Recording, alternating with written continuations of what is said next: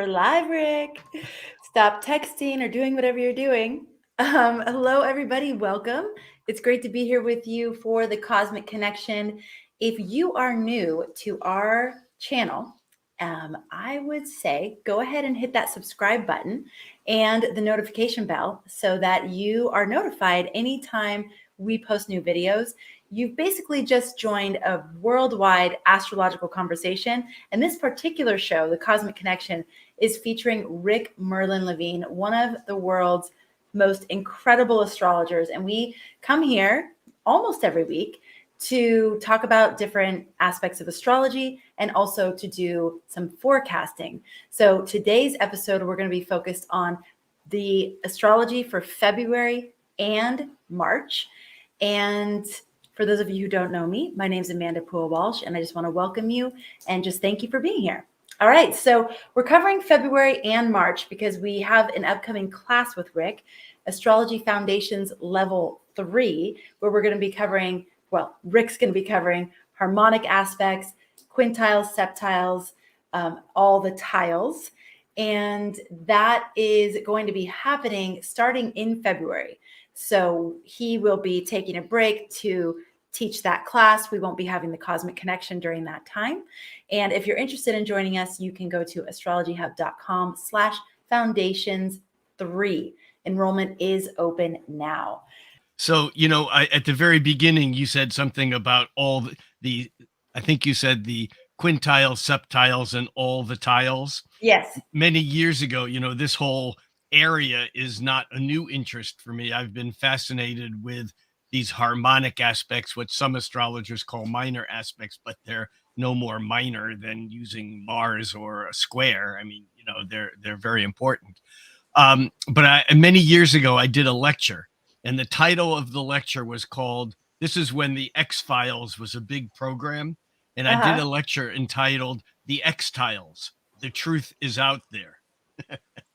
And awesome. In it, I said I would talk about the quintiles, septiles, sextiles, kitchen tiles, infantiles, turnstiles, reptiles, and all the tiles.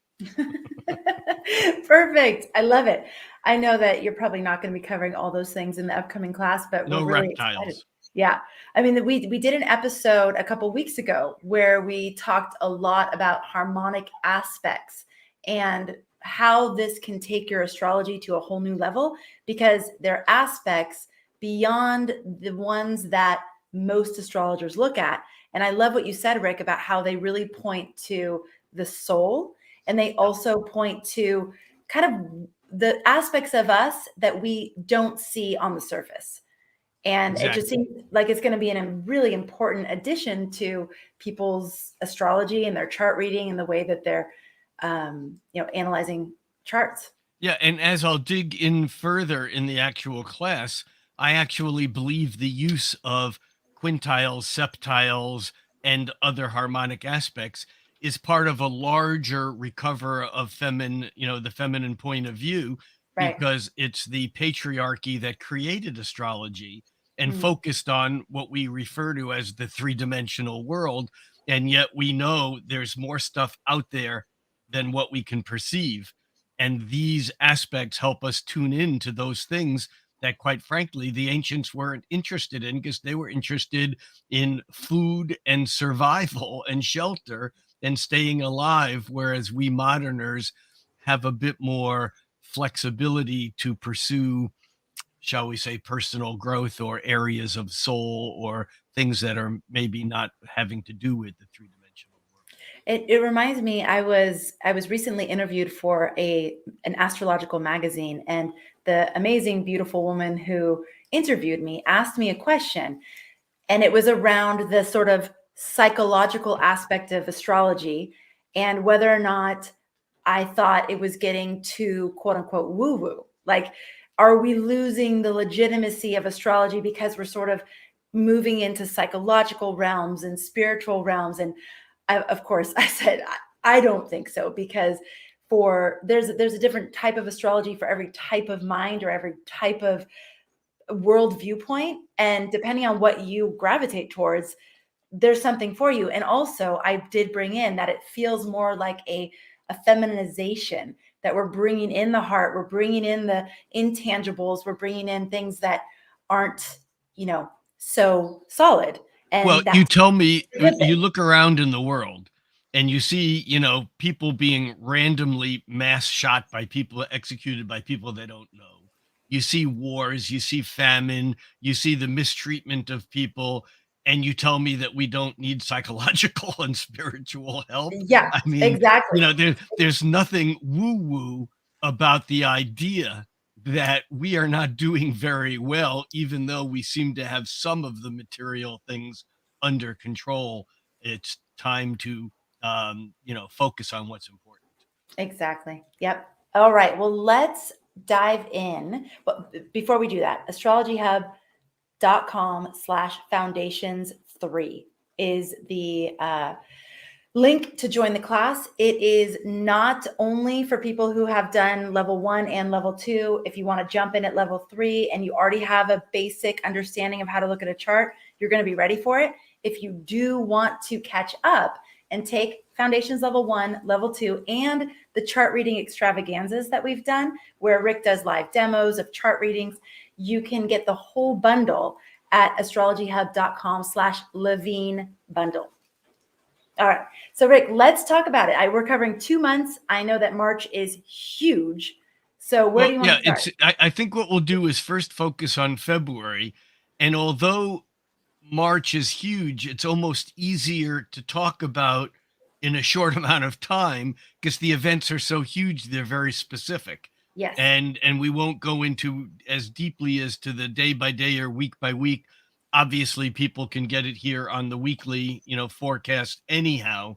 But the thing I think that's significant about February and March, if we treat it as a whole, is that all the regular planets plus Chiron and Pluto are moving direct, and there's a sense that the progress that we've been on the edge of, the turning point from November of last year of 2022, and then the jumping into 2023 with both Mercury and Mars retrograde, there was this sense of building frustration because we're not moving ahead as quickly as some of us would like. And I think that what happens in February is that we begin to see more progress. And by the time we reach the end of March, we're in a different world. I mean, I think things are going to move that quickly through the next couple of months. And so, if we have to do our one liner for how we're going to refer to, February and March together, it's very simple. It's hold on to your hat. Hold on to your hat. There's that saying of, like when the wind blows, it'll blow your hat off, and Yeah. when the winds of change, blow, everything's going to change. And I really do think, I recall Bob Dylan's line, "It doesn't take a weatherman to know which way the wind blows." Mm. There's the winds of culture and of time are changing and then picking up speed very fast. We are in a kind of a gale force period of time where we've almost become accustomed to so much change and yet so much holding back, so many restraints going back, to March of 2 years ago. Has it really been 2 years of March of 2020? Or is it Almost 3 years 3. now? Oh my God. Yeah. Yeah. It seems like forever, but there's been that sense of holding back, and now that energy is being released. And although we can drill down on the specific events, and we will hit a few of them, I think the important thing is to understand that we now have permission slips from the cosmos to move ahead. Now, I remember being in high school, if you were in the hall and it was between classes, you were not allowed to unless you had a hall pass, that was signed by a teacher or administrator. Well, Yeah. I am here with my trusty pen in hand to sign everyone's hall pass. You can do whatever the hell you want to. You can go for it. Now it's time. It's the proverbial, excrement is hitting the rotating metal blades. It's hitting the fan. and we're taking off. And I think it's really important to understand, though, that still, even though things are blasting ahead, if you've ever watched the countdown of a large rocket ship taking off, when it goes T minus 10, 9, 8, 7, 6, 5, 4, 3, 2, 1, and it's blast off, the rocket just doesn't go, it goes like this. And it begins to build speed. And so, even though things are now moving ahead, Mercury is still in its shadow, or it's coming out of its shadow. And Mars, the same, comes out of its shadow at the end of March and then moves into Cancer. It's been in Gemini since back in September, I think. But the point here is that even though we're moving ahead, we have to maintain some sense of determination towards where we're going without being frustrated that we're not there right now. And I think that's going to be the key issue over and over again. Rick, in terms of where the change is going to be occurring, do we have insights into like areas of life or segments of the Well, economy yeah, large global change hits individuals differently. right. For some people, it's an intellectual matter. For someone else, it might be a family matter. For someone else, it might be at work. And that really depends on where these important planets are in your natal chart, both by aspect and by what house they're moving through. Where these changes are going to impact us, uh, everywhere. Hmm. But we'll all be, it's like the old story of the five, blind people trying to describe an elephant. And one describes its foot and one describes its trunk and the other describes its, hide. And we all are looking at the same large scale shifts, even going back to like the COVID experience. I mean, there was a global experience that we all shared, no matter what end of any belief spectrum we held. Um, it doesn't matter where we were on that spectrum of extreme to extreme. What was going on out there was going on out there, but we each internalize it and react to it differently.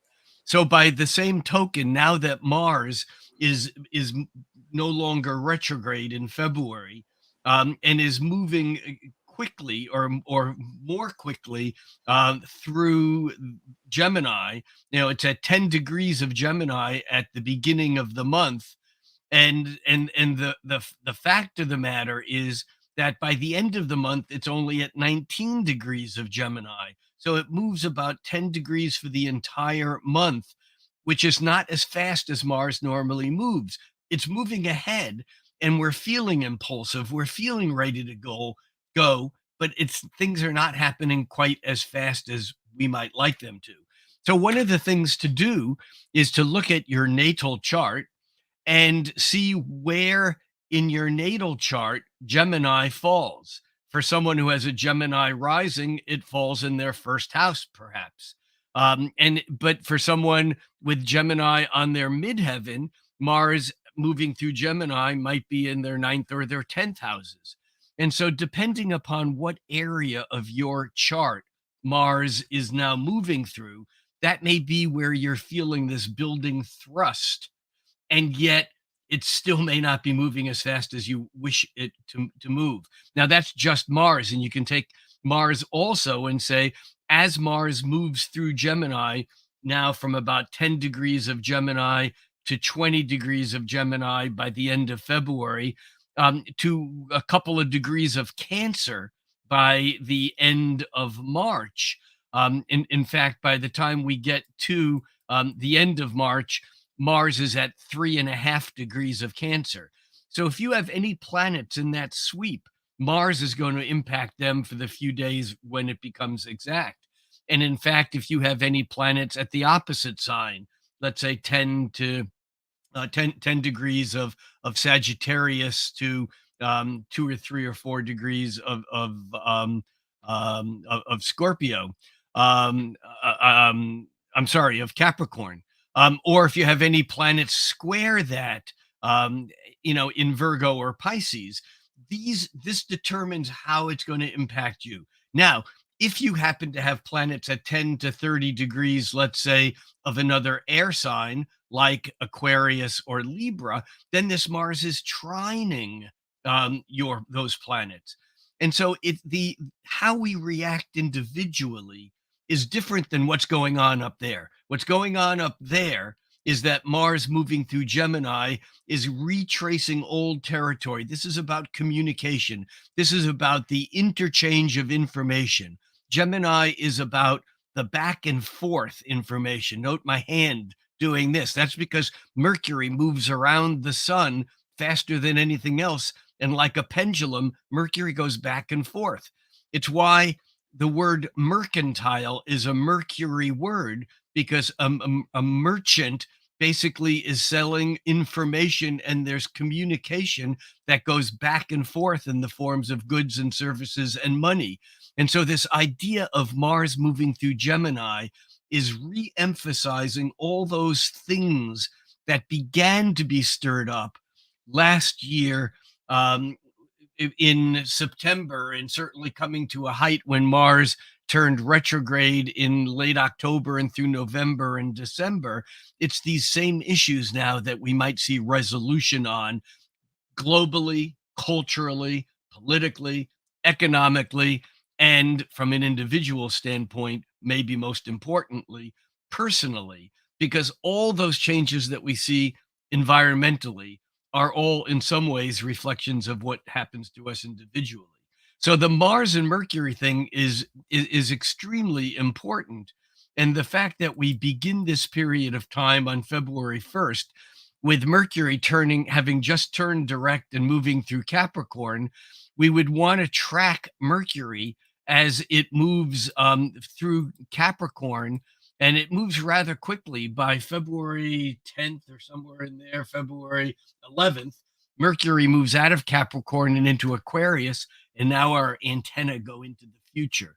And Aquarius is going to become more important of an energy as Pluto moves into Aquarius in March, where it only stays for a couple of months. But I think that Mercury moving into Aquarius, we're blasting into the future right now, with the understanding that through all of February, Saturn is spending its last entire month in Aquarius. Now, remember, Saturn creates solidity, it crystallizes the metaphysical into physical, it makes things real. And Saturn is resistance, and resistance is what makes things real. When we run into resistance, whether it's a wall or people saying no, what we do is we pull in and we get it together more to make it real. This is how crystals actually grow. They grow by contraction, by pulling in. And when Saturn moves out of Aquarius, I'm sorry, yeah, out of Aquarius in March, Saturn moves into Pisces. That becomes very important because Saturn's ingress or move into Pisces on March 7th, even though it's going to be causing that crystallization in Pisces, and we'll talk about that a little bit, and for the next couple of years, no doubt. The fact is that when Saturn leaves Aquarius, Aquarius is going to breathe a sigh of relief. Saturn's gone. Dad's not home anymore. We can grow, we can expand, we can move into the future.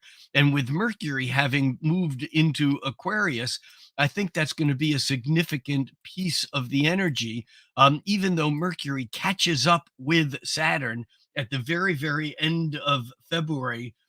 There's a Mercury Saturn conjunction, which I think will crystallize stuff. I think the date on that is actually, I have one too many pieces of paper here because I'm working with 2 months, and normally I just work with a month. Yeah, Mercury actually lines up with Saturn exact on March 2nd.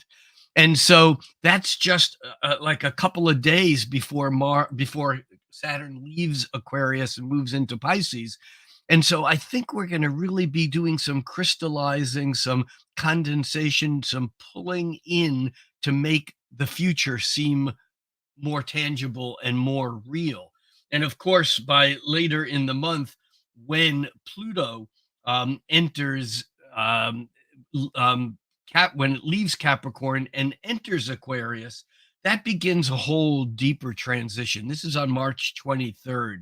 But we're already feeling that Pluto in Aquarius, even though it's a month and a half, almost 2 months away from when we're recording this. I mean, with everything that's happening right now with artificial intelligence and robotics and all of that, it's just there's so much going on. This is like the getting ready moment. This is like the prenatal, pre-birth experience of what I think is going to explode gradually and powerfully during the couple of decades when Pluto is moving through Aquarius. I literally just got off a call where I was learning about AI and how AI can help us in so many different ways. And I've generally been somewhat resistant to AI. Just the concept of it feels sort of creepy and I don't know, weird. But after this call, it was the first time that I went, oh, wow.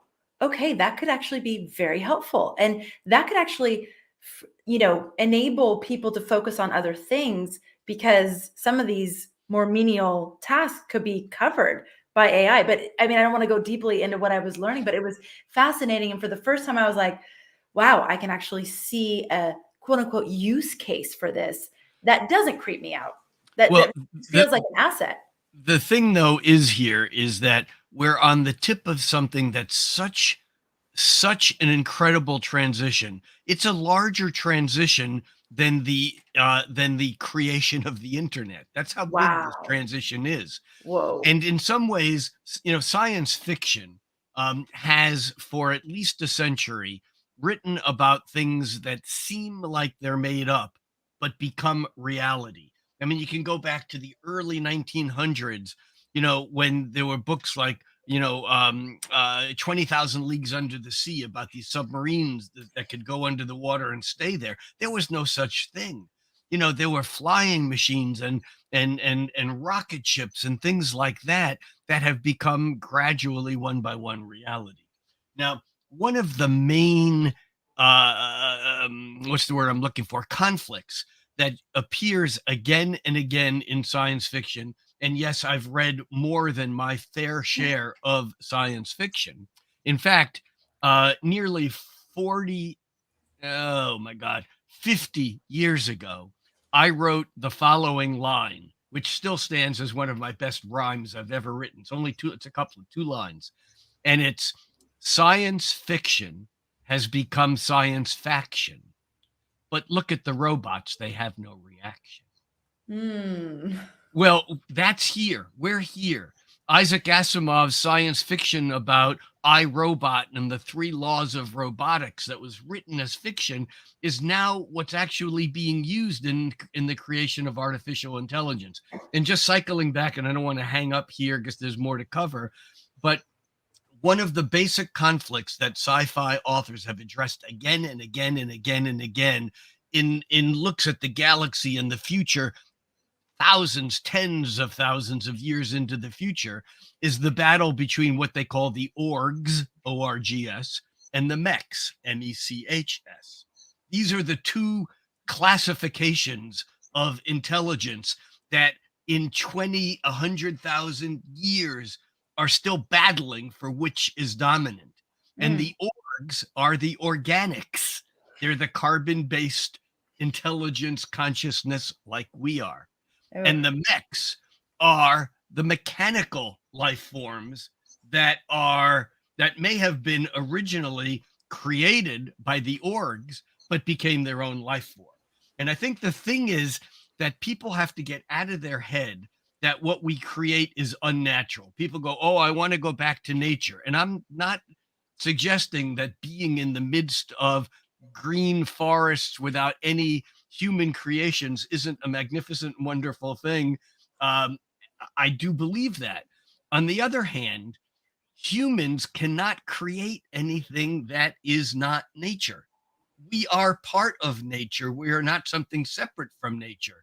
And in fact, it was the great media thinker Marshall McLuhan who said that machines actually were a new phylum of creation on the planet, just like we had mollusks and mammals, that machinus was an order of life form, and that Whoa. human beings were like the honeybees of the machinus phylum.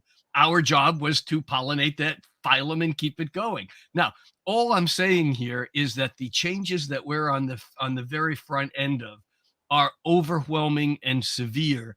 And I think that people with the beginnings of the public availability of programs like Chat GPT and Yeah.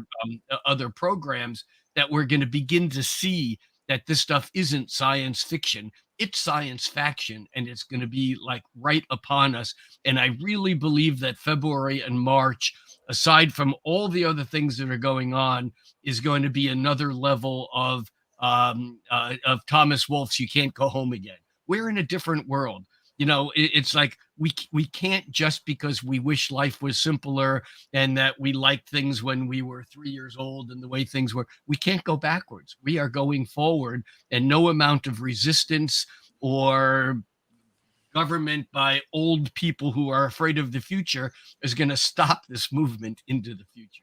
That, I Well, think, Rick, is the underlying lesson of February, March, and even on into April, May, so on. I'm recognizing in myself that the resistance is mainly when it feels like it's a threat to our survival. It feels like a threat to our being here, or our And this threat. is Pluto's job. Remember, Pluto's Yes, job is to threaten what you think is your survival. right, During a Pluto transit, someone who's trained for 3 decades to become a ballet dancer uh, has an accident and breaks their foot and can't be a ballet dancer.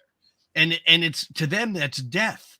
right, I mean, in other words, because we identify ourselves with ourselves the way we are now. right. Pluto's job is to change that. Now, for the last 20 years, as Pluto's been moving through Capricorn, what has it done? It's changed the safety that we felt that the outside structures, government, banks, the medical industrial complex, whatever we thought these outer structures were, which are all Saturnian Capricorn things, Pluto has blasted them so that that safety net no longer exists within our head. Yes. It's like death. That's Pluto's job. It's not physical death. It's ego death, for lack of a better reason. It's the death of that part of us that is such a strong belief that we're attached to it and we think it's ours. And Mm, yeah, that idea of wanting to get back to nature, on some level is nostalgia. Now, mm. I do believe that it is absolutely soul healing to be where there are no cell phones, to be off the grid, to be surrounded by green or green and blue. There's nothing like it. There's nothing like it. However, there's nothing like it because that's what we are biologically attached to in our past. It's our judgment. That doesn't mean that sometime in 1,000 years, when humans are living in contained environments in moving through space, if that's our destiny, I'm not saying that it is, Mm, that will be what we like, because that's will be what we're used to. And mm. yeah, there are people who could say that life as we live it here in the 21st century, if you gave that to someone 300 years ago or 500 years ago or 1,000 years ago, they'd say, this is terrible. This idea of having what these people have, this is just like, this isn't human. This is, Oh my this is gosh, Rick, when you've said that before on this show, and I've thought of it so many times, like if someone had said, you're going to be doing work, staring at a box where other people are superimposed, communicating with a bunch of people all over the world that you can't see, but are there, like it would sound creepy, right? It yeah. would sound, but here we are on StreamYard doing this, and it's amazing. I mean, there's so Yeah, many good things about Amanda, but you're also creepy. Just one. it. Thanks, Rick. Uh, Appreciate that compliment. Okay, so let's go back to the astrology. So we have a big, huge explosion in tech, like AI kind of futuristic things, potentially. Yeah.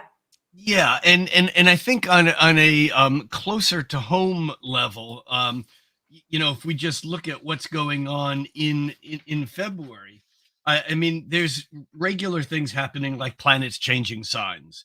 I mean, in February, we already mentioned Mercury moves into Aquarius, which frees up our thinking to be okay thinking about concepts on an emotionally detached nature. That's on February 11th. On February 18th, the sun moves out of Aquarius and into Pisces. And now this is grounding us a little bit more back in that realm of compassion, of feelings, of kind of psychic sensitivity, if you will. That's on February 18th. And incidentally, that's followed by the new moon. The new moon is on February 19th, and that is the Pisces new moon, and it's a very early new moon.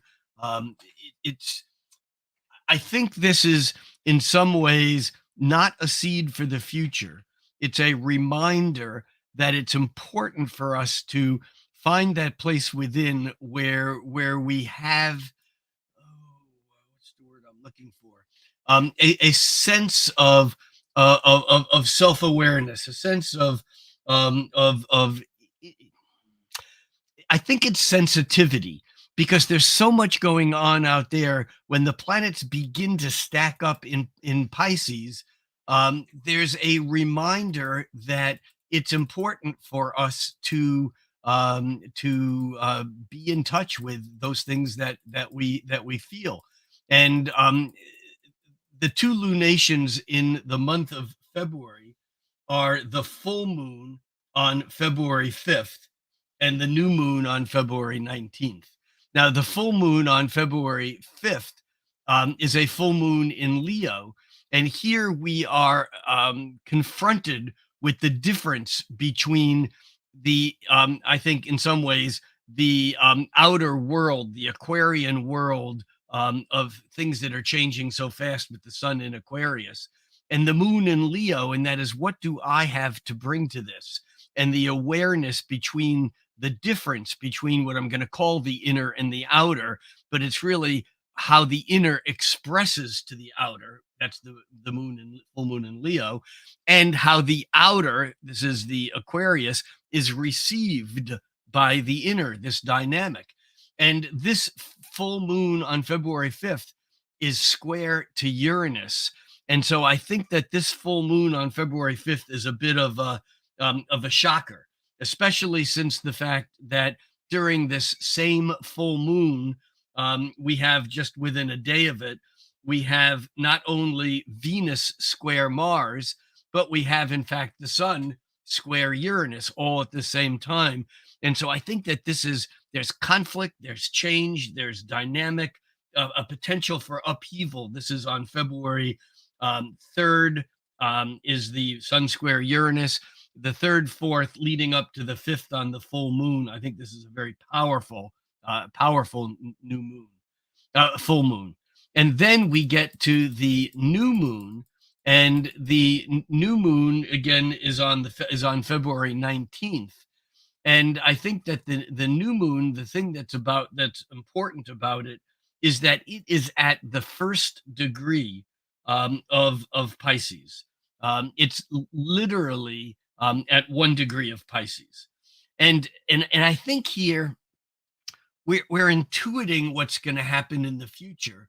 And remember, Jupiter and Chiron are already in Aries. Jupiter's whizzing through Aries through January, February, March, April, and by May it moves into Taurus. So Jupiter's moving crazy fast right now, as fast as it ever moves. And on top of that, we have Venus moving into Aries just an hour, 1 hour, within an hour after the new moon in Pisces. Venus leaves Pisces and moves into Aries. And I think this is exciting because it makes us aware that there's something in the future for us to like. Venus is what we're attracted to. And although traditionally Venus is not at home, as a matter of fact, it's in its detriment. It's exiled in Aries because it's at home in Libra, the sign opposite Aries. And so traditionally, Venus is not thought to be fantastic in Aries. But, with Venus, we can make it work wherever it is if we're willing to know where it is. And in Aries, that Venus likes the moment. It works with being in tune with the moment and going with that flow. And so I think that the February 19th and then 20th, I think, is a very important piece of time. Also, we have Mercury forming a sextile. Mercury at that point in time moving through Aquarius, forming a sextile with Chiron, coming off of a sextile with Jupiter. There is room for healing here, and boy, Goddess knows we could use some real healing. These are key dates in February. One other thing that I think stands out in February is on the 15th. I know I'm going back and forth here, but on the 15th, we have a conjunction between Venus moving through Pisces. Remember, Venus is exalted in Pisces. When Venus is not in her home signs of Taurus or Libra, she prefers to be in Pisces because she can be lovely and sweet and considerate and compassionate and sensitive. And Venus in Pisces is lovely unto itself. But she joins up with Neptune, who's the modern ruler of Pisces. Neptune has been in Pisces for a decade and a half now or more.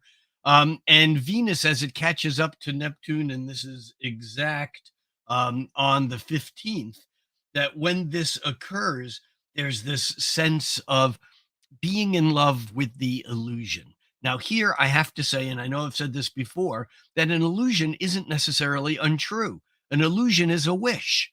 And being in love with a wish can be delusional, or it can be the source point for creating something that becomes real.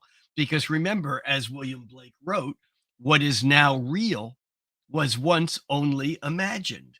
And so this Venus conjunct Neptune on the 15th is an absolute opening for the artistic, poetic, dreamer, fantasy, imaginative portion of our brain to work. And yet it's being squared by the moon in Sagittarius. The moon in Sagittarius has a goal. It's a long-term goal, and it knows it wants to go in that direction, but we may be sidetracked by our imagination for a couple of days. So those are the most significant things during the month. I think that this month is mostly exciting because there's new stuff happening and we can feel it happening. In fact, on the 22nd, 21st and 22nd, we have Mercury then forming a square with Uranus and then a trine with Mars. This is a buzz couple of days also. Mercury square with Uranus is new erratic ideas that are kind of maybe blowing our mind. Maybe we learn things that are like, wow, I never knew that. This is changing everything. It's like lightning striking. The aha is happening. And yet the following day on the 22nd, Mercury trines Mars, which gives us a way to work with that energy. It gives us somewhere to go with it. And I think that we could this is really, really, I think really important, really lucky. But with this mid part of February, before I leave February and shift gears by moving into March, there's one other thing that happens in February that I want to mention. And I already mentioned that Mercury moves into Aquarius on February 11th. Well, on February 12th, 13th, 14th, there's one, two, three, 4 different aspects from Mercury and Venus to outer planets, Pluto, Uranus, and Neptune, that are based on septiles. Now, in transit work, I don't often focus a lot on quintiles and septiles like I do in natal work, like we'll be covering in the Foundations Level 3 course. But sometimes it's just overwhelming. And it's like for 2 or 3 days from the moment that Mercury moves into Aquarius, that's on the 11th in the evening. No, on the 11th in the morning. Sorry. By the 12th, early in the morning, Venus makes a septile. That's 1/7 of a circle to Pluto, and then it makes a biseptile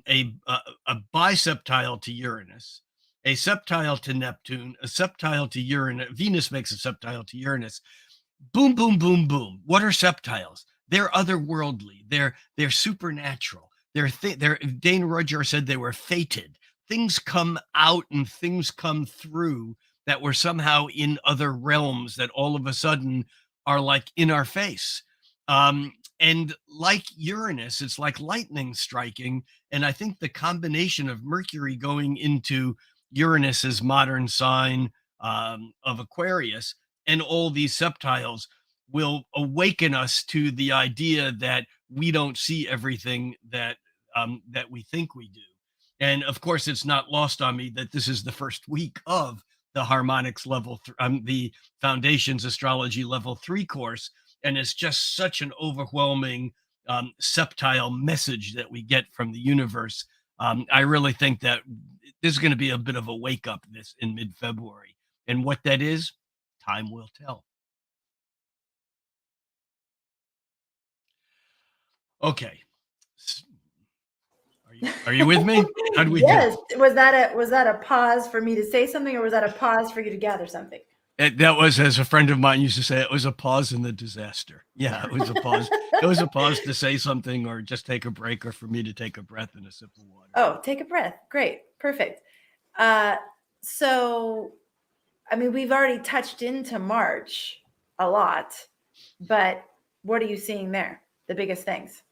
Well, the two biggest things in March, the three biggest things in March are Mars, Saturn, and Pluto.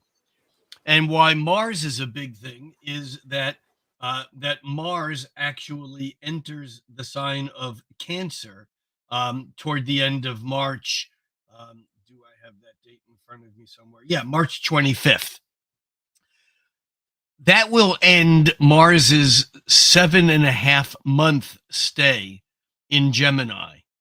And what's intriguing about it is that even though Mars is coming out of its retrograde, coming out of its shadow period, by the way, the idea of a shadow period was a term that was coined by a dear friend of mine who just passed away this week, a woman named Roxana Muse.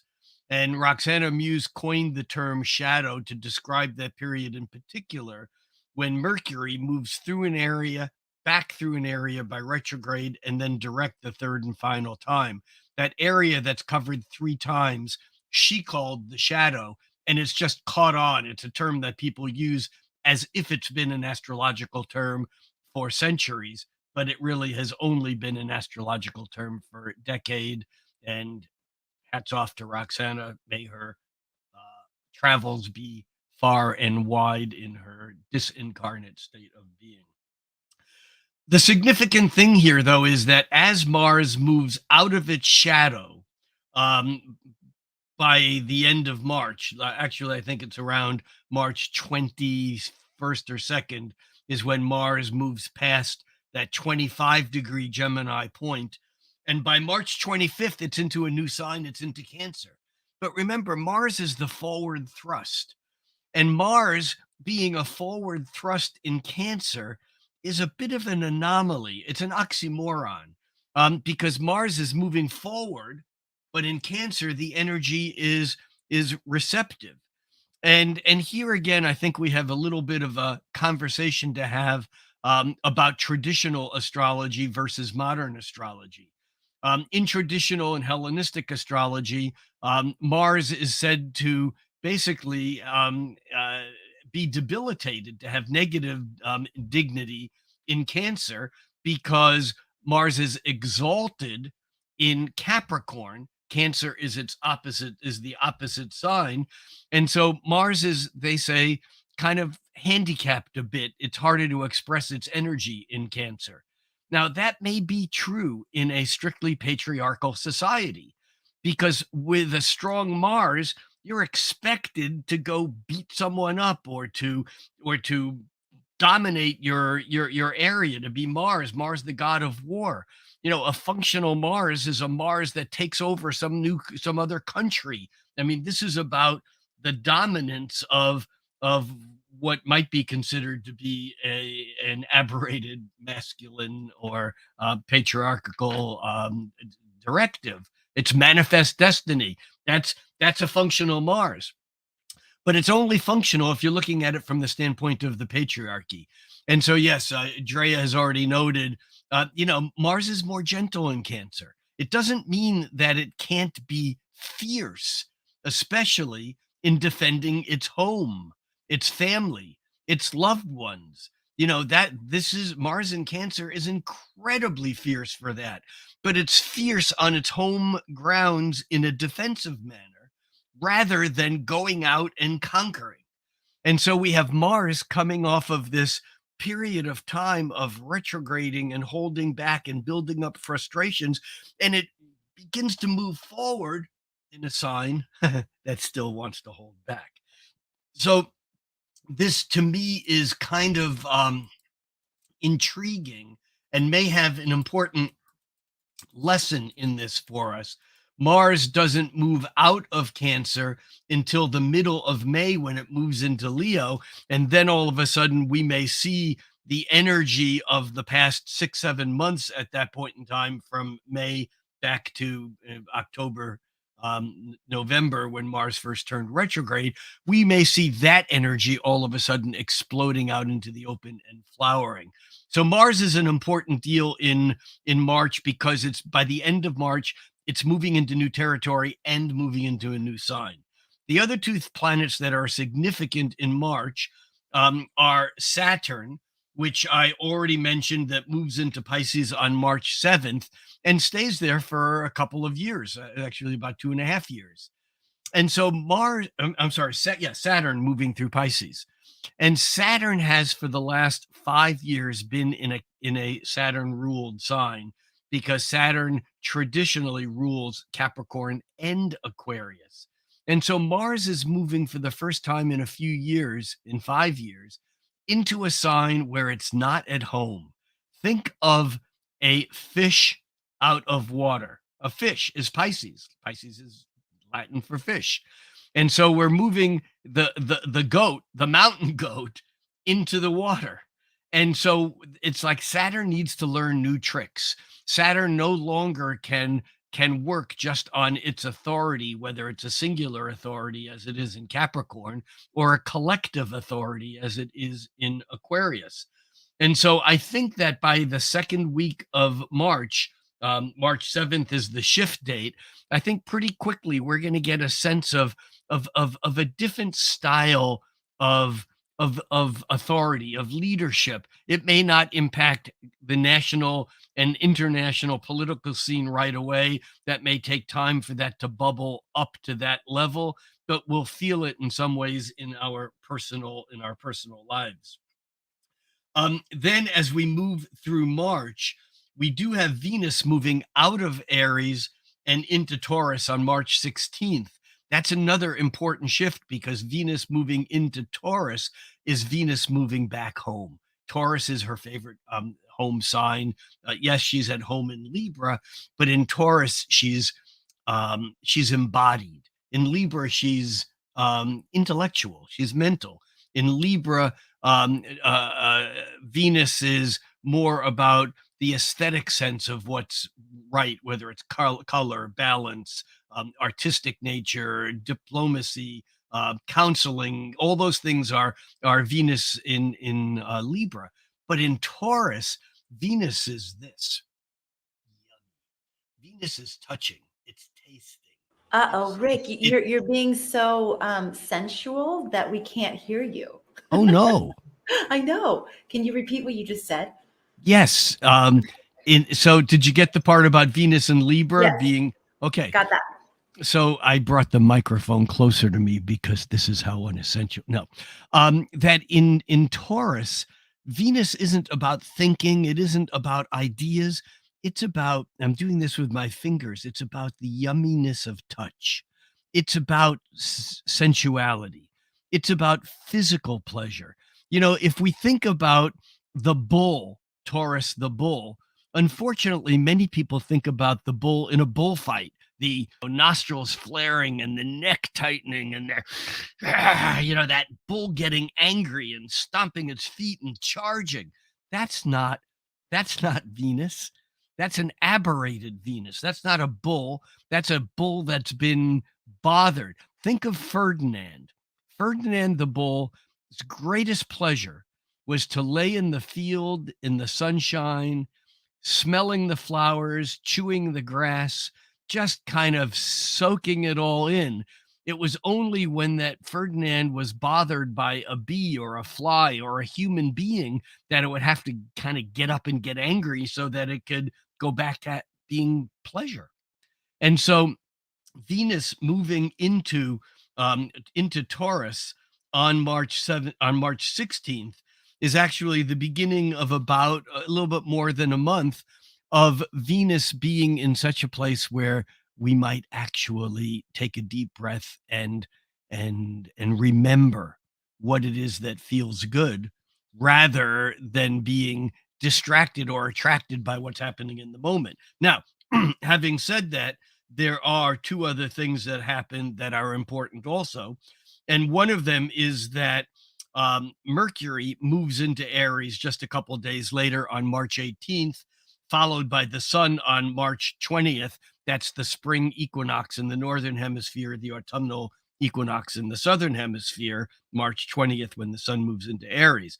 But what that means is that even though Venus is in her own home yummy sign of Taurus, where she can be indolent and lazy, and Jeff Jower, my old astrology buddy, used to say, when the going gets tough, Venus in Taurus grabs a sandwich and hits the couch and turns on the TV. You know, there's that sense of indulging oneself and being lazy, perhaps. However, with both Mercury and the Sun moving into Aries, there's now a part of us that's still driving to be present, to go someplace new, to explore. And that's setting up what happens 3 days later. And that is, after 18 years, Pluto moves out of the sign of Capricorn, where it's been, into the sign of Aquarius for a couple of months. It's like dipping its toe in the pond just to see how it feels and to see what's important. And then it goes, that's Pluto in Aquarius. And then it goes back into Capricorn by June. And then it goes back into Aquarius next year, where it'll stay. It touches back into Capricorn just for a month or so. And then it's off into Aquarius for its couple of decades. And so by the end of March 23rd, when Pluto moves into Aquarius, which I mentioned at the opening, we're already feeling, but it's still holding back because it's still in Capricorn. But as Pluto moves into Aquarius, it's going to be like, okay, the future's here. Now, what are we going to do about it? And obviously, when I say the future's here, it's a bit of a statement of, caricature, overstatement, hyperbole. That's the word I was looking for. Because it's going to take years for Pluto to find its full voice moving through Aquarius. And yet, by the 23rd of March, when Pluto does step into Aquarius, we're going to definitely feel that energy, followed by Mars moving into Cancer on March 25th. And so the amount of dynamic swirling and changing that's occurring with no planets retrograde through March, I think really makes March a, hold on to your hat, or maybe get a hat with that tie that goes beneath and you A can kind little of bonnet. against the neck. We could do a bonnet or one of those, like, yeah, I know what you're talking about. The sun hats. That's it. But Yeah. then we'd have to be able to hold on to the hat and lift it up to let the bee out of our bonnet. Yes. Okay. Harvey has a question. So this is the question. So we get previews of Aquarius fear before the main release in 2024. Well, I think fear is a bit of a choice. Mm. I think that we have to understand that there's nothing inherently good or bad about any astrological transit. Mm. It's how we react to it, which is not the same as how we respond to it. How we react to it is our gut feeling, which may be fear, but how we process that fear and how we actually respond to it then actually becomes part of the co-creation of how that Pluto manifests. Remember, it was Pluto in Aquarius that manifests through the Declaration of Independence, the founding of the American ideal, whether it was true in reality as much as it was in the mind. That's an Aquarius thing. That it actually occurred. The French Revolution, the same. And so, yeah, there are shadow sides of everything. Every planet, every sign, every humans, even Sagittarians, have shadows. um, that just goes with the deal. But the Yeah. fact is that to focus on the Pluto fear is not useful. I mean, if a caterpillar was afraid of the cocoon, we would have no butterflies. Mm. And so there's a natural process. I think sometimes it's hard for us to remember in our egoic illusion of thinking that the ego is in control, to remember that we're just surfing a 2 billion-year-old life wave. That's what we're doing.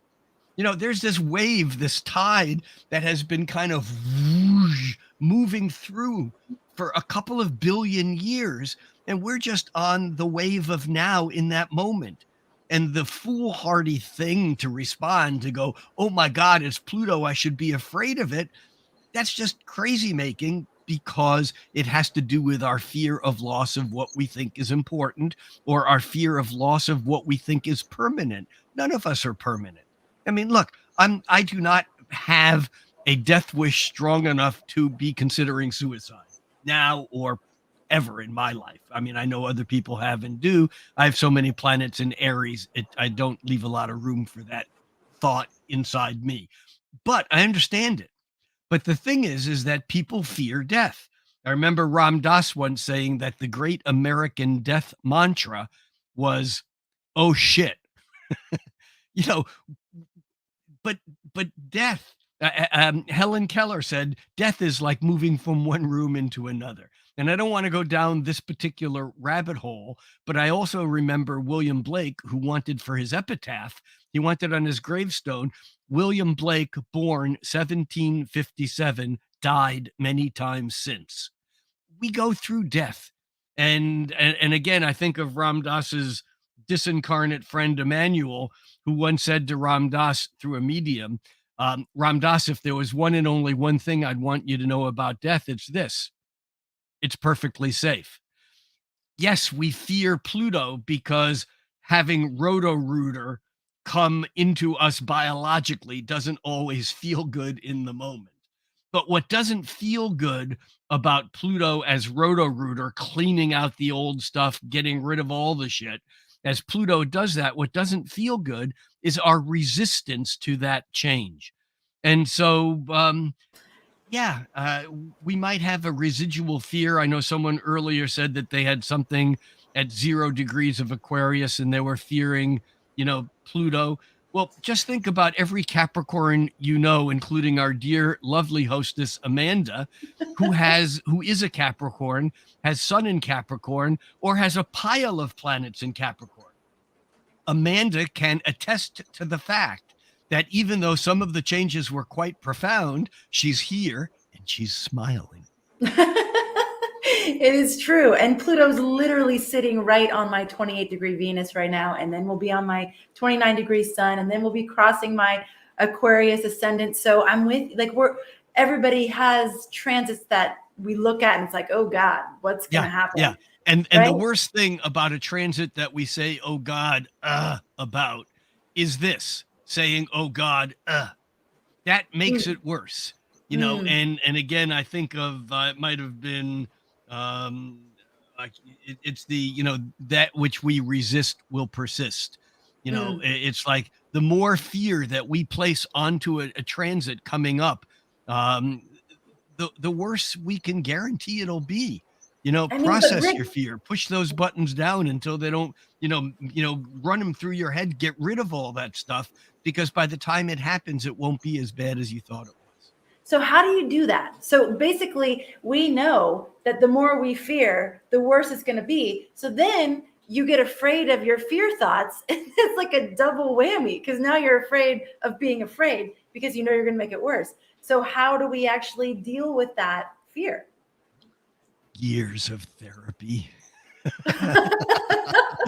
No, well, there are different layers of fear. I mean, there are fears that we can simply say, this is stupid. I know I'm afraid of this, but I see why.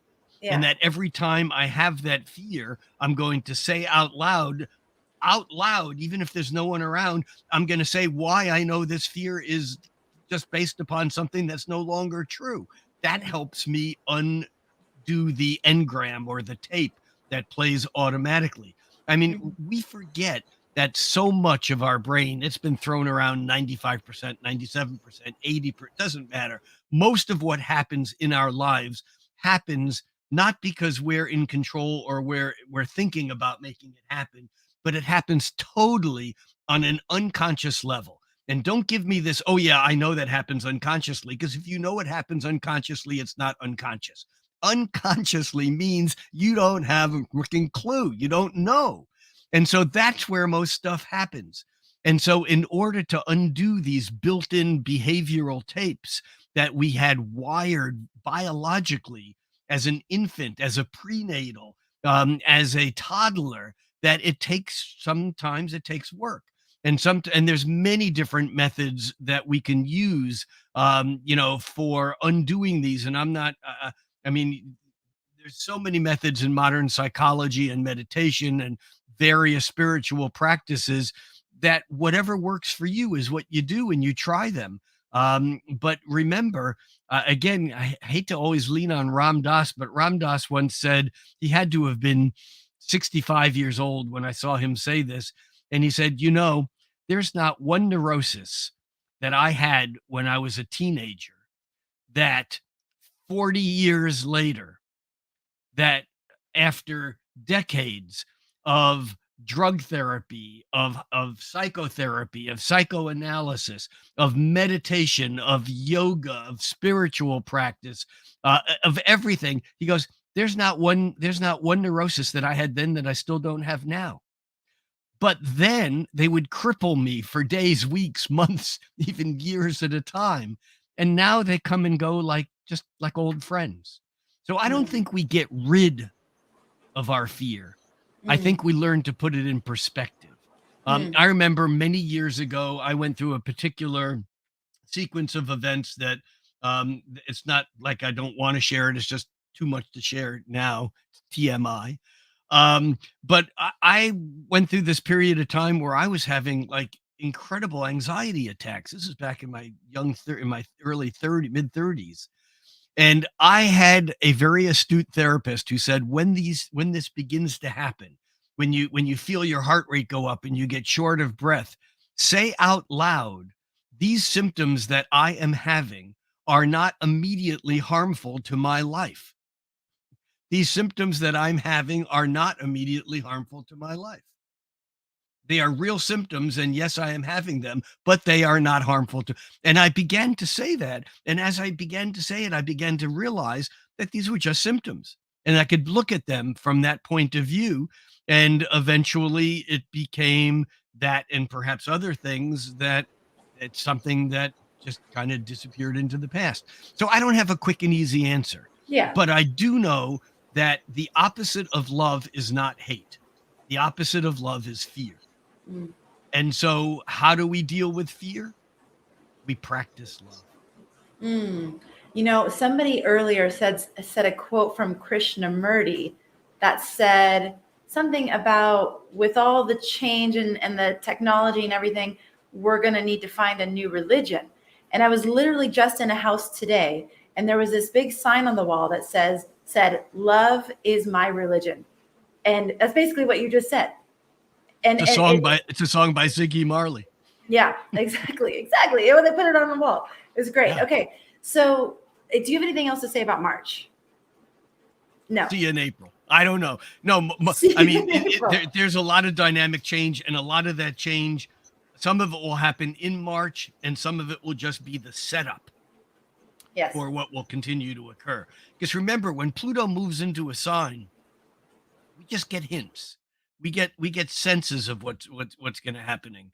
And Amanda, you and I had a short conversation before we went live. And I think that what's happening right now with the public awareness around robotics and around artificial intelligence, what's being called the AI, as if it was like some monolithic thing out there, but AI um, is is ultimately going to be larger than the internet. That's how big a change this is. And we can kind of cower in fear of it, or we can figure out how we're going to interact with it, because we're not going to be able to stop it any more than we could stop using the electric light, or steamships when they were, invented in the 19th century. I mean, this is where we are, and this is going to be, I believe, a strong part of Pluto and Aquarius. And yet, I strongly believe that the real impact of Pluto and Aquarius is going to be something that we can't talk about. Why can't we talk about? It would be like being in 1985 and wanting to talk about an iPad. Right. We don't It, even know yet. or on demand music and movies. I mean, Right. it was just like there was no technology there for it. And so I think that we're going to see these new technologies have impact in our life. And so I think that that's a large part of what happens, again, as the very origin seeds. And sometimes when things are seeds, we don't even know that they've been planted until they begin to germinate, or until they turn, into a forest, or poison ivy. Hmm. I keep thinking of water when you talk about Pluto and Aquarius and any of and our resistance to this like huge change wave that we're in, and just how we can. I mean, there's always opportunity in anything that's happening. It just depends on our relationship to it, and this idea that it has to be the orgs versus the mechs, maybe it doesn't have to be a war. Maybe there's a way that it can all work together, and maybe that's Exactly. going to be a choice. Maybe, Exactly. some will choose to see it as an adversarial relationship, and maybe there will be an option to not choose that. Yeah, and you talk about Pluto and Aquarius and images of water. Remember that Aquarius is the sign, it's an air sign. So it's Yeah. conceptual and intellectual and Right. emotionally detached. And yet it's the water bearer. It's pouring water out of the pitcher. And Right. here's what most people don't realize. And that is that when that air has moisture in it, Mm. air is a water bearer. And Mm. when there's no moisture in the air does not conduct electricity. That just like in our nervous system, in order for a nerve impulse to travel down our arm, it doesn't just take the nerve cell, which is potassium and sodium, it takes water, Mm. wetness, to make that electrical spark go. And in a dry atmosphere, there's very little psychic transmission. People are reserved, people are pulled in, compared to a tropical, humid climate, where there's just more of an intuitive knowing, emotional. The Mediterranean, the Latin people, the people of the Asiatic or islands, the Pacific Islands, and so on. There's just a different zeitgeist comparing them to the people of England or Norway or Japan, where there's less water in the air. So Aquarius is the water bearer, but it carries water in order for the communication to be transmitted. So, and it's of the air signs, it can be a wet air sign because that air can carry moisture. Think of being in a steam room. And so I think it's an important thing that you brought up, that with Pluto moving through Aquarius, yes, we can, out of fear, close down emotions, pull in, get tight, and dry up, or we can choose to stay moist, to stay in that place. Another thing that I remember about what Jeff used to say about Aquarians.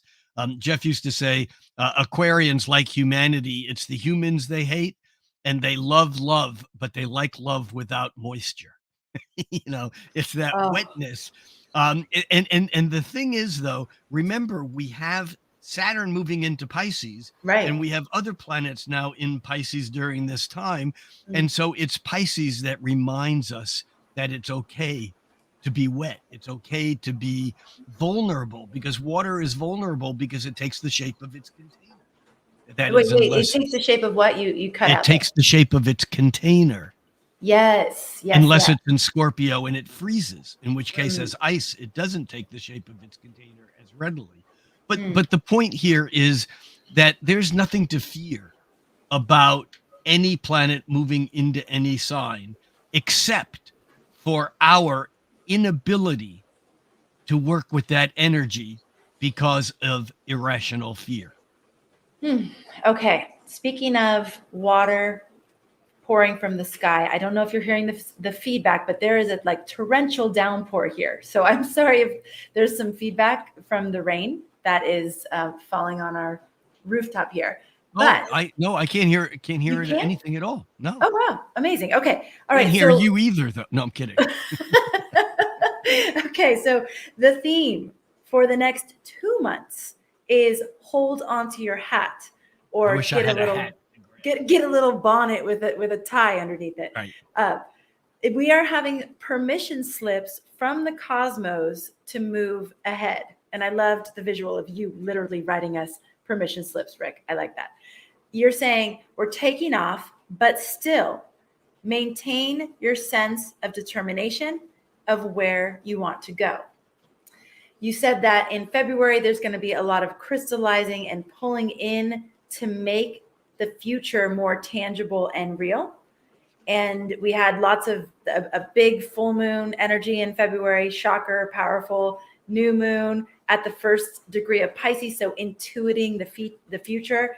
But then when we move to March, which is really the main feature of the 2 months, it really has the most powerful astrology. Yeah. Um, The most Mars, obvious. The most obvious. the most Sometimes obvious. there's incredible power coming into what's the most Ah, obvious. yes, yes, true. Okay. Mars, Saturn, Venus, Mercury, Sun, Pluto, big players in March.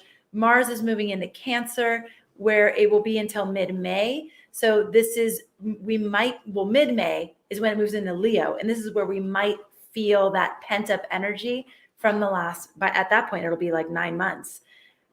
Moving forward, maybe exploding forward. We have Saturn moving into Pisces. This is an opportunity to learn new tricks, work beyond the regular ideas of authority, different styles of authority and leadership. So working with those kinds of themes. Venus into Taurus. Think of Ferdinand the Bull, soaking it in. Remember what feels good. Mercury and Sun moving into Aries. Again, that's the spring equinox or the equinox, depending on where you are. Pluto into Aquarius. The future's here. What are we going to do about it? And it will take years for Pluto to find its full voice, but we're going to start to get previews of what Pluto in Aquarius. How long is Pluto in Aquarius, Rick? About 18 years. 18 years. I don't have the exact date in front of me. I Wow. can get it. But you also said that by the end of March, things will be very, very different than they are right now. Yeah, Yes? let's see. Pluto moves out of Aquarius and into Pisces by, okay, it looks like it's 2040. Oh, yeah, there we go. It's around 2042. Wow. Yeah. Yes. So our conversation about 20 years. resistance being futile. I mean, this is not a flash in the pan. Like, this is definitely a big turning point. Yeah. Yeah. That's exactly correct. Okay. Well, Rick, you are amazing. Oh, If If any of you want to study with Rick in February and into March, you are invited to Astrology Foundations Level 3. Rick will be going through harmonic aspects and really helping you see beyond the standard Ptolemaic aspects of opposition. Zodiacal aspects and harmonic aspects are not as scary as they sound. And although, Amanda, you are billing this as a 4-week course with 2 weeks of bonus, in my mind, I'm seeing this as a 6-week course. Well, yes. I mean, it'll be a 6-week experience for sure. 4 weeks of core curriculum plus 2 bonuses. One where Rick will be demonstrating the content by looking at people's charts and reading the harmonic aspects, and students in the class have an opportunity to be selected for that if you want. You don't have to throw your name in the hat. But then the other bonus will be a live Q&A. So we'll be gathering all your questions throughout the whole 4 weeks, and then we'll be doing a dedicated Q&A, and we'll be doing a dedicated chart reading experience just for this idea of these harmonic aspects. So it's going to be an amazing class. If you want to join us, it's astrologyhub.com/foundations3. Thank you, everyone, for being here. It's so fun to do these live events. Cosmic Connection is the only show that we're doing currently live, and it's just so much fun to be able to engage with all of you real time. So thank you to those of you who caught the live. If you're watching the recording, thank you so much for showing up. Thanks to everybody that shares these videos, hits the like button, hits the subscribe button. That really helps us get this show and astrology itself out to more people. AI likes it when you do that. So it shares it more. It takes the feedback cue from you that this is good content, and it goes, oh, maybe more people will like this. So, and of course, everything we type in the comments might appear in someone's term paper in the future. That is so true. Actually, this whole entire talk might be in someone's term paper in the future. Amazing. Yes. Amazing. Yes. It's literally mind blowing, the far reaching, expansive change that's going to happen. I'm happy to be in the canoe with all of you, experiencing these changes and being aware of the astrology as we do it. I don't know about you, but just the awareness itself just helps us get into a mental mindset, or do our spiritual work, or do our emotional work, or whatever it is, to be able to ride these shifts and changes, I think, a lot better than people that don't have the astrology, because a lot of the times they get blindsided by these things, or they resist when the astrology is saying resistance is futile. Like, this is happening. You got to learn how to roll with it, move with it, surf it. Yeah. Yep. Okay. Thanks everybody for being here. Thank you for making astrology a part of your life. We will catch you on the next episode. It'll be a while until we have another Cosmic Connection. Is that right? Or do we have one more before class starts? We have one more before class starts. We have one more before class starts. All right. So thank you, Amanda, for making all this happen. You're amazing. Oh, it's my pleasure. It's so much fun. It's our pleasure. Our pleasure. Yes. All right, everybody. Take care, and we will see you soon. If you've studied astrology, you're probably familiar with aspects like trines, squares, and oppositions. But did you know that there are a lot more aspects you can read in an astrological chart? In Astrology Foundations Level 3 with Master Astrologer Rick Levine, you'll learn the magic of quintiles, septiles, and other harmonic aspects. And understanding these aspects will take your understanding of astrology way beyond the ordinary, or even what you thought was possible. Rick Levine is one of the foremost thinkers on harmonic aspects, and he's going to share his mind-blowing perspective with you in Astrology Foundations Level 3. By the end of this 4-week course, plus 2 bonus weeks of live sessions with Rick, you'll get a complete overview of harmonic aspects that will change the way you look at astrology forever. Learn more and enroll today at astrologyhub.com/foundations3. Again, that's astrologyhub.com/foundations3.